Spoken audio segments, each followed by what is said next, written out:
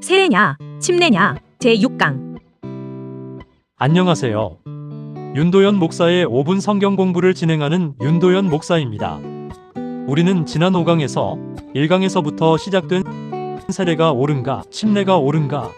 라는 질문의 1차적인 대답을 성례라는 관점에서 결론을 내렸습니다. 오늘 6강에서는 세례가 옳은가, 침례가 옳은가?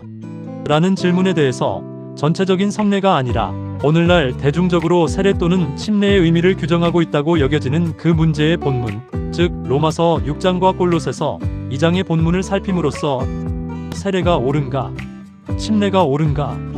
이 질문의 해답에 접근을 해보도록 하겠습니다.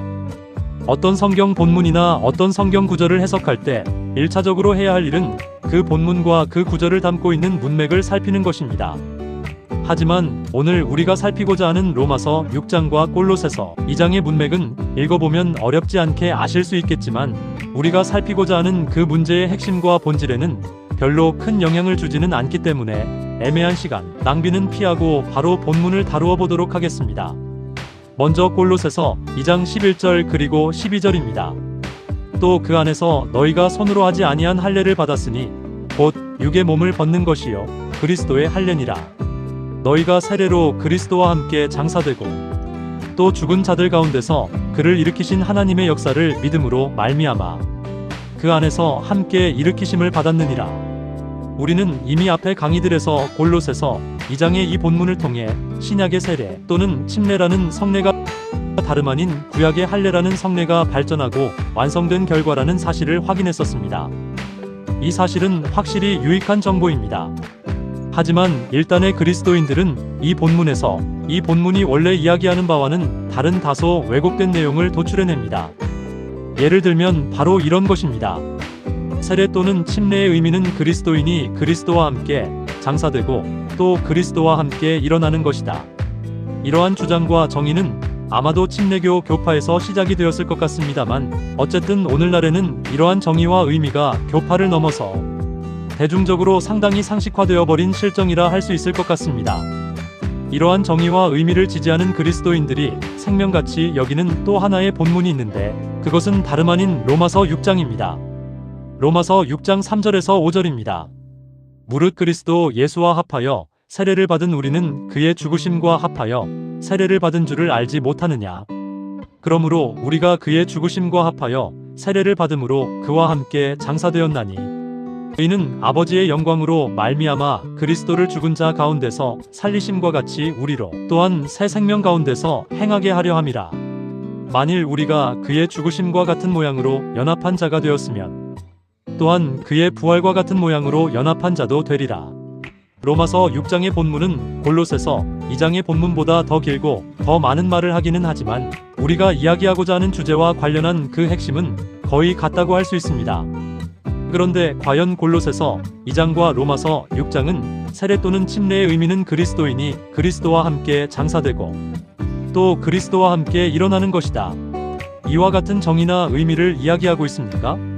정말 그렇습니까? 이 두 본문에 대한 이야기는 좀 더 해야 할 것들이 있지만 이번 강의에서는 일단 중요한 사실 두 가지만을 이야기하려고 합니다. 어떤 사람이 이런 말을 한다고 해봅시다. 나는 이 명품 식칼로 예술적인 칼국수를 만들었다. 여기에서 식칼과 칼국수의 관계를 살펴보면 식칼은 칼국수를 만들 때 사용된 도구입니다. 도구와 제품 또는 수단과 결과를 혼동해서는 안 됩니다. 정신이 올바르고 상식이 있는 사람이라면 나는 이 명품 식칼로 예술적인 칼국수를 만들었다. 이 말을 듣고는 식칼은 칼국수다. 또는 식칼은 칼국수를 의미한다. 이와 같은 해괴망측한 정의를 내리지는 않을 것이기 때문입니다.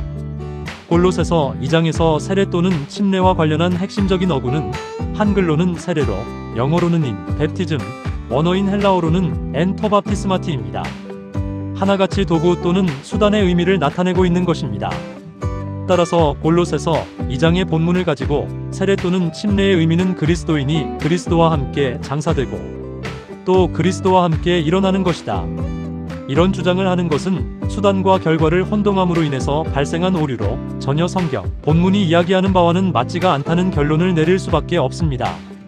다음으로는 로마서 6장입니다. 로마서 6장이 세례 또는 침례와 관련해서 일관되게 거듭해서 주장하고 있는 것은 그리스도인이 그리스도와 함께 세례 또는 침례를 받았기 때문에 그 결과로 그리스도와 함께 장사되었다. 그리고 그리스도와 함께 연합하였다. 바로 이 인과관계를 강력하게 설명하고 있습니다. 문제는 이러한 본문의 내용을 한글 성경이 다소 애매하게 번역을 하였기 때문에 한글 성경을 통해서는 그러한 인과관계를 정확하게 파악하기가 쉽지 않다는 것인데, 공신력 있는 거의 대다수의 영어 번역본들이 데어포어라는 단어를 사용해서 번역을 한 점, 무엇보다도 원어 성경인 헬라어 성경이 영어 데어포어에 해당하는 접속사 우운이라는 단어를 사용했다는 점에서 그와 같은 인과관계는 너무나도 확실한 사실이라 할 수 있겠습니다. 따라서 골로새서 2장에서 우리가 수단과 결과를 혼동하는 오류를 범하지 말아야 하는 것처럼 로마서 6장에서도 마찬가지로 원인과 결과를 혼동하는 오류를 범해서는 안 될 것입니다. K-팝 데몬 헌터스 이 영화는 왜 이렇게 인기가 많죠? 라고 물었는데, 누군가가 그 영화는 흥행대작이니까 인기가 많은 거죠 라고 대답을 한다면 아마도 질문을 한 사람은 또다시 다음과 같은 질문을 할 것입니다. 아니, 제 질문은 그러니까 이 영화가 왜 흥행대작이 되었느냐는 그 이유를 물은 것입니다. 무슨 말인지 이해가 되십니까? 원인과 결과를 정확하게 구분하지 못하고 원인과 결과를 애매하게 동일시해버리면 이와 같은 논리적인 오류가 생기게 되는 것입니다. 마찬가지로 로마서 6장의 본문을 읽고 세례 또는 침례의 의미는 그리스도인이 그리스도와 함께 장사되고 또 그리스도와 함께 일어나는 것이다. 이런 황당한 주장을 하는 것은 로마서 6장이 보여주고 있는 인과관계를 세심하게 파악하지 못한, 그래서 원인과 결과를 동일시하는 그런 논리적인 오류에서 비롯되었다고 할 수 있겠습니다. 오늘 5분 성경 공부에서는 세례 또는 침례와 관련한 중요한 성경 본문인 로마서 6장과 골로새서 2장은 세례 또는 침례의 의미는 그리스도인이 그리스도와 함께 장사되고 또 그리스도와 함께 일어나는 것이다. 와 같은 오늘날의 대중적인 무책임한 정의와 의미는 수단과 결과 그리고 원인과 결과를 혼동한 논리적인 오류의 산물이며, 이상의 성경 본문은 그와 같은 대중적인 정의와 의미를 전혀 지지하지 않는다는 분명한 사실을 확인하는 정도로 마무리를 하도록 하겠습니다. 오늘도 좋은 하루 되십시오. 솔리 디오 글로리오.